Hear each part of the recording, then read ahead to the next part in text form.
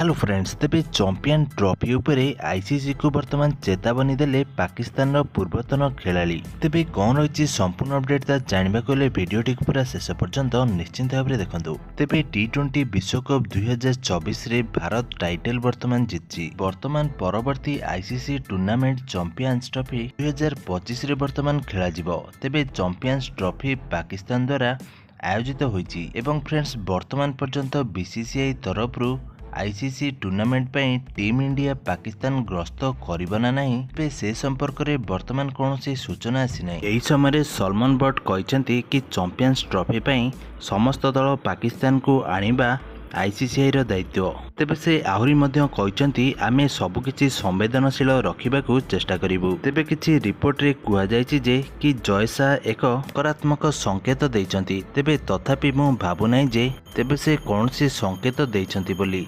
तेबे से जदि आसंती आमे तांको स्वागत करिबु। से जदि आसंती नै तेबे आईसीसीआई एहार सामना करिया पई पड़िबो। तेबे यह दर्शाइब जे तेबे नियंत्रक भाव में सेमानकर केते अधिकार अछि एवं सेमाने केते निरपेक्ष।